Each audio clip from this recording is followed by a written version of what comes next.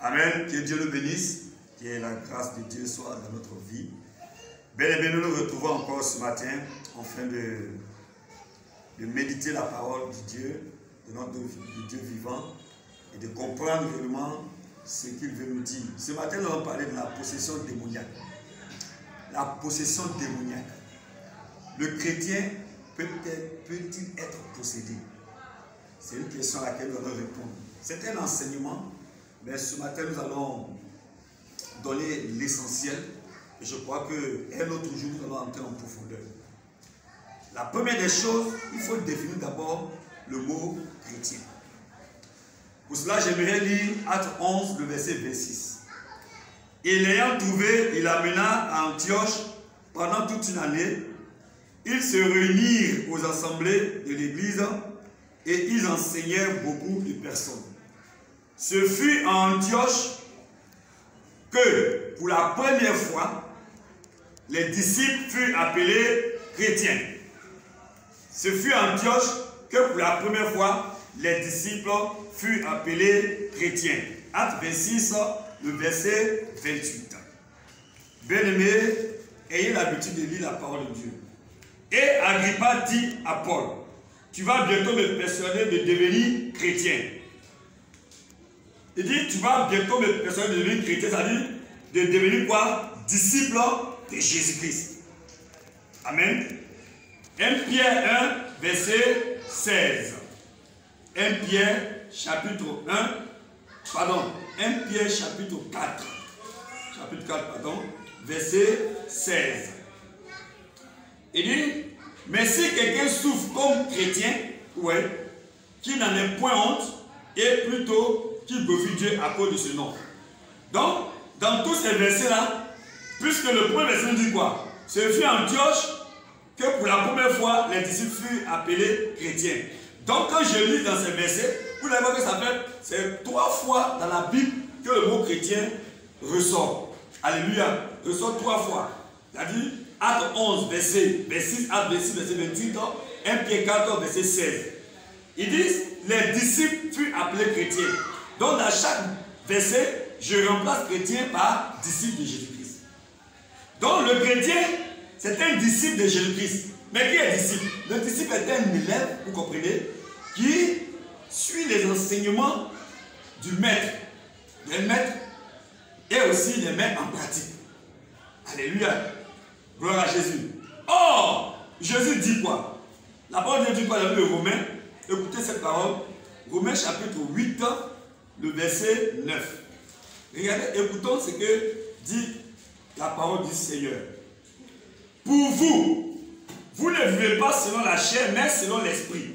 Si du moins l'esprit de Dieu habite en vous. Écoutez bien. Si quelqu'un n'a pas l'esprit de Christ, il ne lui appartient pas. Donc, le disciple, quand nous appelons chrétien, a quoi? L'esprit de Christ, l'esprit de Dieu. Alléluia. Je donne cette définition parce que nous parlons de la possession démoniaque. C'est un phénomène aujourd'hui qui règne dans les églises. Nous voyons chaque jour des personnes dites chrétiennes dans la vie desquelles l'on chasse toujours des démons. Alléluia. Pourtant, la Bible dit que celui qui, si quelqu'un n'a pas l'esprit de Christ, n'appartient pas à Christ. Alléluia. Or, le chrétien, c'est le disciple de Jésus-Christ. Vous comprenez? Amen. Allons tout dans les définitions pour mieux comprendre. Pour ne pas rester dans les spéculations. 1 Jean chapitre 5, le verset 13 dit quoi? Lisons cette parole. Je vous ai écrit ces choses afin que vous sachiez que vous avez la vie éternelle. Vous qui croyez au Fils du au nom du Fils de Dieu vivant. Alléluia. Vous qui croyez au nom du Fils de Dieu. Donc le chrétien, c'est celui qui croit que Jésus est Fils de Dieu. Amen. Qui croit que Jésus est Fils de Dieu. Alléluia. Voici en suspense la définition du chrétien. C'est le disciple d'un disciple de Jésus-Christ Et Jésus même dit, dans le livre de Jean, chapitre 8, verset 30 à 31, il dit, ceux qui ont cru là, si vous demeurez dans ma parole, alléluia, si vous demeurez, c'est alors que vous serez réellement mes disciples. Amen. Donc le chrétien aussi, c'est celui qui demeure dans la parole de Christ. Gloire à Jésus. Gloire à Jésus. Bien aimé, lisons ça, Jean 8, je crois, le verset 30 à 31. Il dit, comme Jésus parlait ainsi, plusieurs crurent en lui. Et il dit aux Juifs qui avaient cru en lui, si vous demeurez dans ma parole, vous êtes vraiment mes disciples. Vous comprenez? Je suis tellement peine aujourd'hui. Amen. Et le Seigneur même dit dans sa parole encore, il dit, pour celui qui est né de nouveau, le chrétien c'est quelqu'un qui est né de nouveau. Il a une nouvelle vie. Gloire à Jésus. Il a une nouvelle vie. Il dit, votre corps est la maison de Dieu. Votre corps est le temple du Saint-Esprit. Mais bien aimé, si le chrétien, c'est une personne dont le corps est la maison de Dieu, d'où vient-il que l'on chasse les démons dans sa vie? Est-ce que c'est normal? Alors, revoyez votre conversion et comprenez réellement que ces personnes-là n'ont pas l'esprit de Christ. Ça veut dire qu'ils ne sont pas disciples de Jésus et ils ne sont pas nés de nouveau. Alléluia. Ne confondez pas l'influence et la possession. Le chrétien peut t'influencer, mais il ne peut pas te posséder par un démon.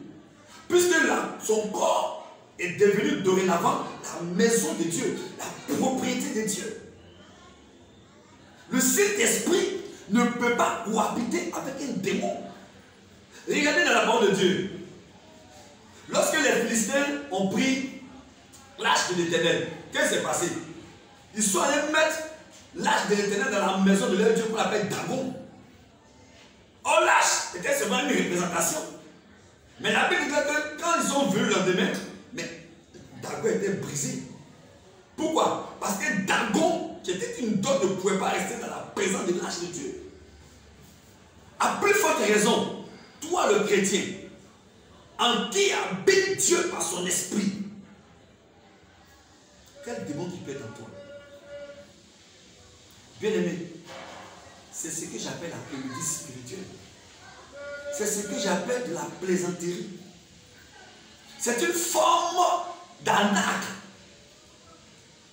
Écoutez, aujourd'hui même, il y a des chrétiens qui ont des démons qui sont classifiés.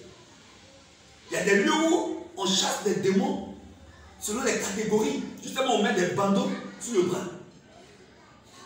Où on va? Pourquoi fouler aux pieds le sang de la grâce? Pourquoi tant de comédie et ne pas accepter réellement de te donner le nom au Seigneur Jésus-Christ?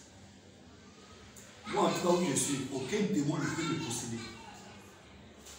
Là où je suis, l'assemblée, l'église, où je suis, les fidèles qui sont là, aucun ne peut avoir un démon.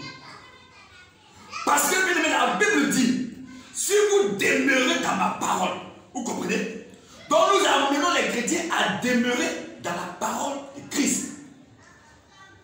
Nous amenons les chrétiens à vivre la sanctification. Bien aimé, où est le chemin que le démon peut prendre pour te posséder?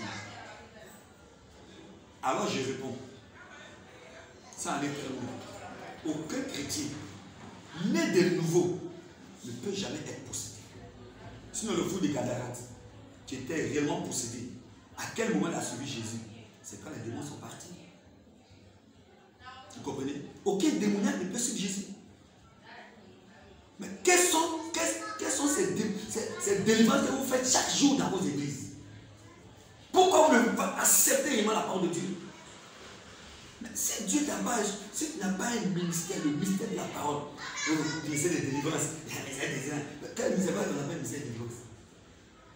Si le Seigneur ne t'a pas appelé, il ne t'a pas établi dans le ministère de la parole, mon ami, reste dans l'église près d'un homme de Dieu et puis sois un prieur. n'emmène pas les enfants de Dieu dans un système croyant qu'ils ont des démons. Enseignez les chrétiens à vivre la sanctification. Aucun chrétien qui va vivre la sanctification, même le démon de loin te voit, il ne peut pas s'approcher. Parce que tu dégages la gloire de Dieu. Tu dégages la présence, la paix de Dieu en toi, frère. Alléluia. Que Dieu vous bénisse. Et que vous compreniez ces paroles. En fait, de vous véritablement demeurer dans la parole du Seigneur Jésus-Christ. Et que son esprit vous remplisse davantage. Que Dieu bénisse son Église. Amen.